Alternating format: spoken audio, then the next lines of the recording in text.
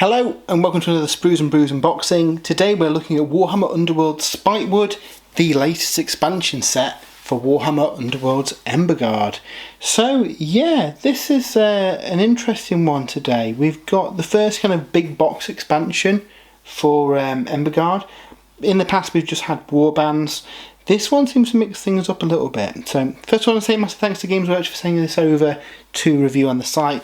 In this video we're going to be unboxing the set, seeing what the kits go like, seeing what is added to Warhammer Underworlds in this as well. And then in the second half of the video we'll have all the miniatures painted and we'll chat more about the rules and how they play. But yeah, like I said, this is an interesting one. If we flip it over, at first I thought this was going to be a new kind of like standalone starter box for Underworlds, but it isn't. This is an expansion to Embergard, so it looks like it has some new battlefield tiles and some new kind of rules and abilities that key off, which is interesting. So I guess the key thing is you still need to have the Embergard core box in order to play this, but yeah, it looks like it adds new ways of playing and adds 2 new warbands as well. The Blood of the Bull, which is a Helsmiths of Hashut set, and Kurnothi Heralds, which is a new Sylvaneth one, very Kurnothi themed. So I obviously we've got the Helsmiths drop very recently. I do wonder if there's some stuff for the Sylvaneth on the horizon with more a Kurnothi theme to them. So yeah, really cool. This box is £50, which considering it's got all the tiles and the warbands in there, I don't think it's too bad. Alongside this today, a lot of old warbands have been re-released, and the card packs for them as well, so we'll have a separate video on them going through kind of what that adds to the game. But yeah, without further ado, should we open this up and see what we get in this set? So obviously quite a big box, same size as the Embergard one. We get a lot of paper materials in here. We'll look at that in a second. First things first though, we'll have a look at the 2 new warbands in the box. So I've painted a load of Helsmiths of Hashut recently, and I'm excited to paint some more. The nice thing with these is that you could potentially use these to, you know, proxy other models in your army. Like the leader, you could probably get away with using as a war despot or a priest or something maybe. But yeah, these look really good. I can't wait to get these guys built and painted, because yeah, I really enjoyed painting the Helsmiths of Hashut, so any excuse to paint any more I will happily take. And then the other warband in the box are a new Sylvaneth one, and again they're Kurnothi. So we've previously seen some Kurnothi models for Warhammer Underworlds, and we've got another Kurnothi warband. Hopefully this is a sign that we're going to see some more Kurnothi added to the game in the future. But these guys look really cool. I'd love to see even if it's just these added as a unit, or kind of dedicated bow and combat Kurnothi units. It'd be really fun. So yeah, they look very cool. So what we'll do, we'll open up this box though and see what paper materials are included in here. So inside the box we've got a load of stuff. So first things first, it looks like we've got a little rule card showing where Waystone hexes go. So Waystone hexes marked with a green border, are Waystone hexes. Waystone hexes are treated as blocked hexes for the purposes of place and terrain features. Each time you make an attack or save roll for a friendly fighter in a Waystone hex, you can reroll 1 dice. And then Aqua Garanis feature tokens. After treasure tokens have been placed, starting with the player who placed the last feature token, each player places 1 Aqua Garanis feature token in an empty hex in friendly territory that is not a starting hex, a blocked hex, a stagger hex, an edge hex, or a hex that already contains a feature token. In the end phase, after both players have followed the end phase sequence, if a friendly fighter is on the Aqua Garanis feature token in enemy territory, heal that fighter and score 1 glory point. So that's pretty cool. We also get the cards for both of the factions as well. So the Blood of the Bull, very nice. So when you use a Demon Forge dice in the attack roll or a save roll for a friendly fighter, after that attack inspire that fighter. After an attack was made by a friendly Chaos Dwarden, if that target was adjacent to Grisk, inspire Grisk. So empowered by Spite, you start the game with 1 Demon Forge dice. In your power step, if a friendly fighter with no stagger tokens delves a treasure token, gain 1 Demon Forge dice, All Demon Forged dice are lost at the end of the battle round. So, Enhance Arsenal. Immediately after you pick a weapon as part of an attack, you can use 1 Demon Forged dice if you do the weapon as +1 attack for that attack. And then Reinforce Armoury. Immediately after a friendly Chaos Dwarden is picked to be the target of attack, you can use 1 Demon Forged dice in the save roll. That's pretty cool. And obviously you Inspire if you use those as well. And then Infernal Conflagration. A friendly Tokhar's ranged weapons, including upgrades, have Grievous if the target is adjacent. And Hobgrot Cunning. Both rolls are successes in an attack roll for friendly Chaos Dwarden, while the target is adjacent to Grisk. So they look pretty fun. And then we've got Kurnothi Heralds. Again, they look really, really nice. After an action step, if a friendly fighter began that action step in friendly territory and then made a successful attack, inspire that fighter. So that's fairly straightforward. While they're in friendly territory, friendly fighters have the flying rune mark and cannot be flanked. They can still be surrounded, so that's cool too. And then the Endless Hunt, used immediately after a friendly fighter is attacked. You can push the attacker up to 2 hexes. You can only use this ability once per game. Precision Volley, uses immediately after a friendly Luinthin's ranged attack. The fighter attacks again using the same weapon. The attack must be a different target. You can only use it once per game. And then Herald's Pride, use immediately after you pick a weapon as part of your leader's attack. That weapon is Cleave and Ensnare for that attack. You can only use it once per game. So yeah, some pretty cool abilities on them too. We then do get a Spitewood rulebook. We'll have a proper look through that in a second. But basically this is explaining everything that's in there. So what we'll do, we'll come back to that in a second once we've checked it out. We also get the cards too, which we'll check out in the second half of the video once I've had a chance to read them. A new token sheet, and we get the new double-sided board as well, which looks very Sylvaner themed, which is cool. So again, we'll check all that in the second half of the video. Before we jump there though, we'll just have a quick look at the instructions to see how these go together. I'm not expecting them to be super complicated to build. They're not too many pieces and they are just push fit. So yeah, so what we're going to do now is jump ahead to the future. We'll have these built and painted, and then we'll check out the rules material for this expansion too. So we've had a proper look through all the contents. I'll just dive back into the Spitewood rulebook. Like I say, it's quite a thin kind of rulebook. There's not a lot added to the game, kind of rules-wise, other than what we read on the card earlier. It is kind of repeated in here as well for completion, so we get the details about them with a little bit more into them and how, you know, how they work and everything, which is cool. Obviously, we get the two warbands in here. We'll start with Kurnothi Heralds. We've obviously seen the Inspire conditions and their tricks and stuff that they've got, but I thought I'd just show off the fighter cards for them as well. So these guys seem pretty hardy really. They're lacking in defense dice, I'd say, but they've got quite a lot of health and they've got quite a lot of punch to them as well.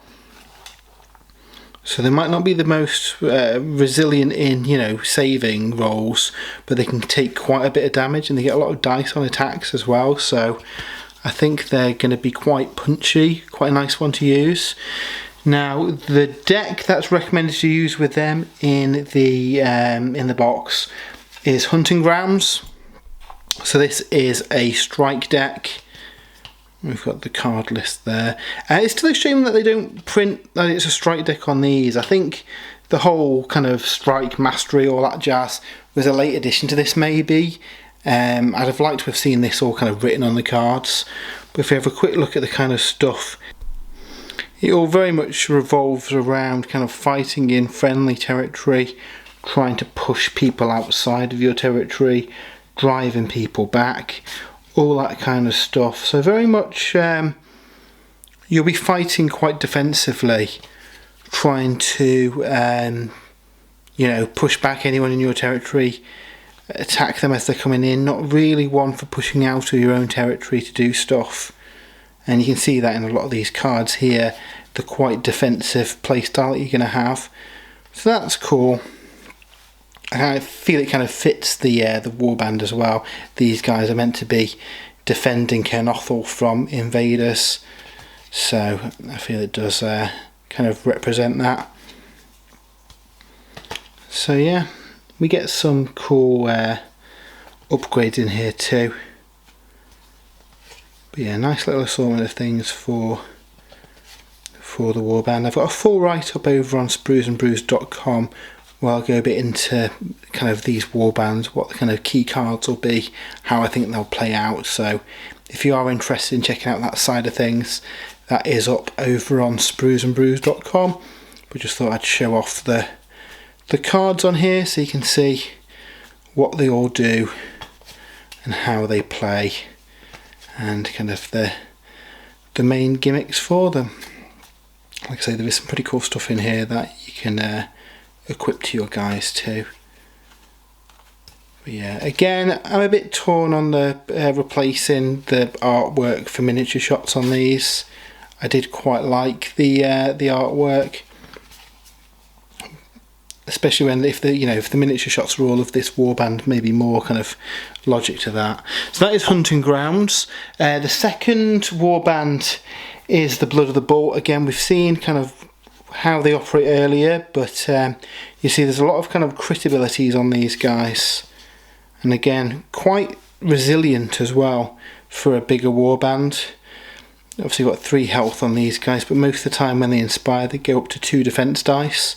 So it is going to kind of, I guess it represents the heavier armour that the Helsmiths of Hashut have got in Age of Sigmar, but maybe a lower health pool than the Kurnothi have. Really, really nice models. I've actually painted these guys up as well, which we'll look at the end of the video to see how they turned out. But yeah, even the little grot's got 2 defense dice there for sneaking out the way. So that is them. Their deck is Deadly Synergy. Again, you could use either of the decks for either of the warband, but this is the one that's kind of most suited to them out of the ones in the box. And we get a couple of new rules with this one. So when using the Rivals deck, adjacent friendly fighters are united, enemy fighters adjacent to united friendly fighters are flanked.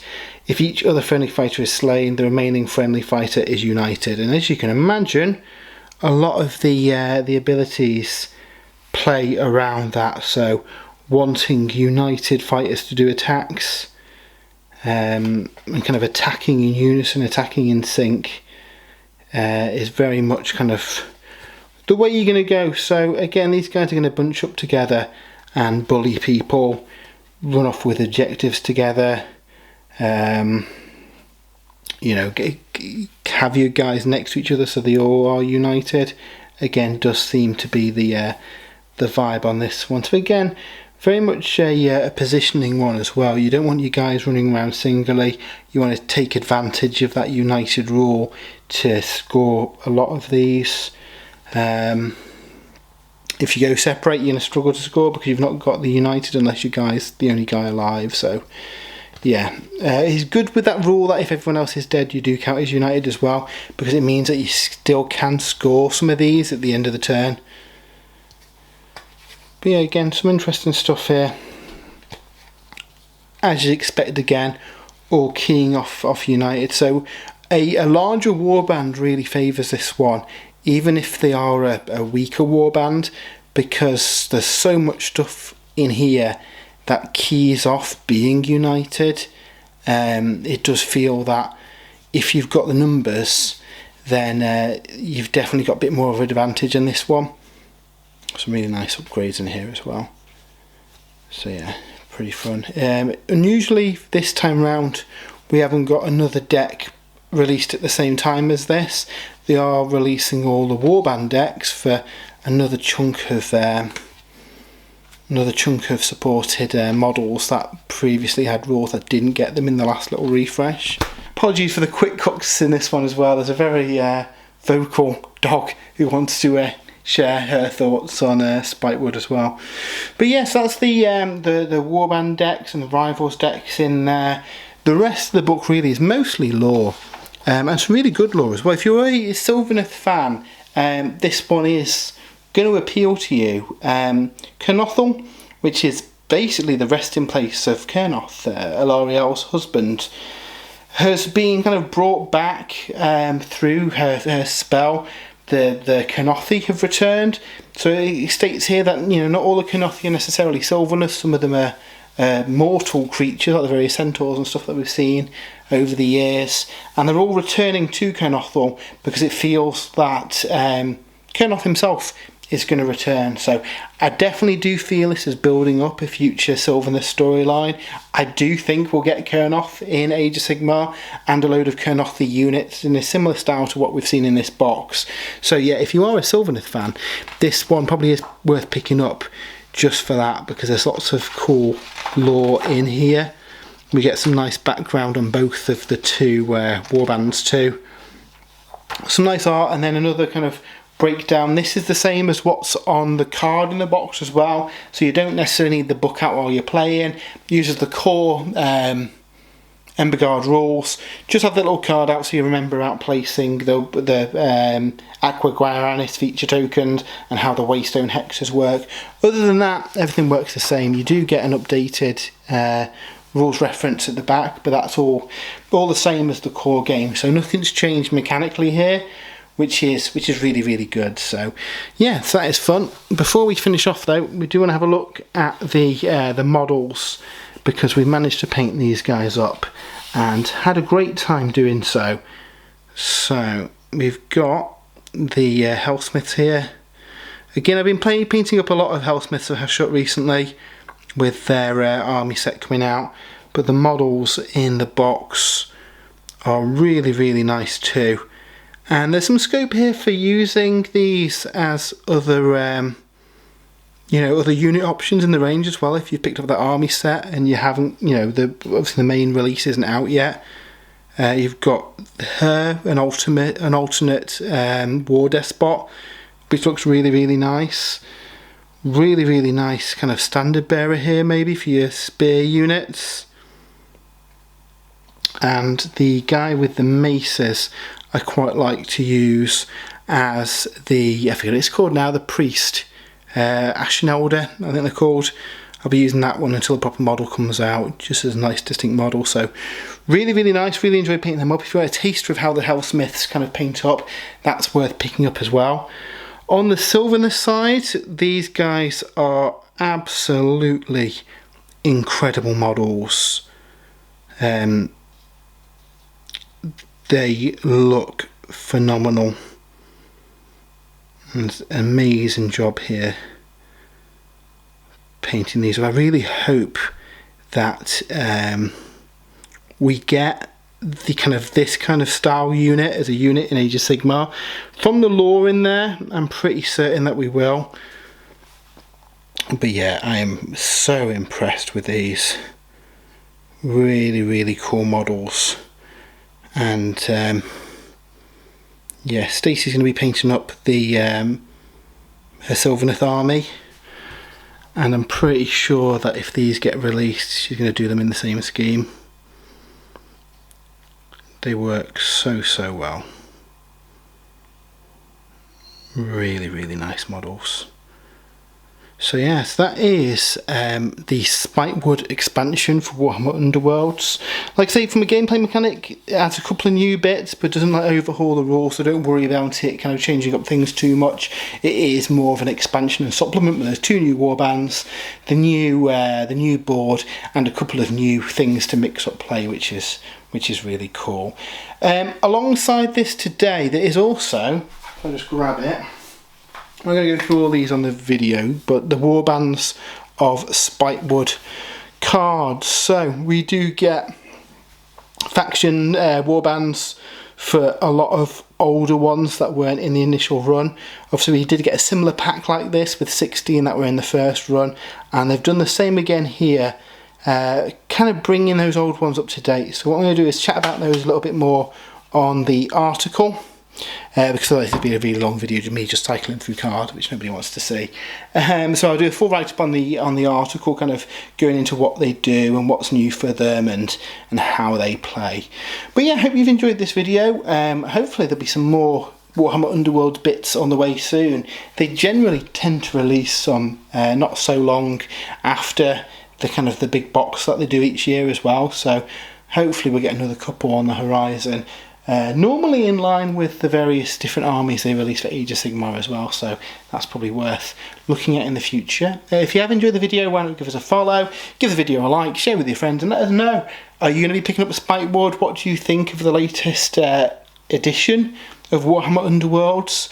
Will any of these returning warbands convince you to pick up the game as well? Let us know, we'd love to know what you think. But until next time, have a great weekend, and we'll see you soon.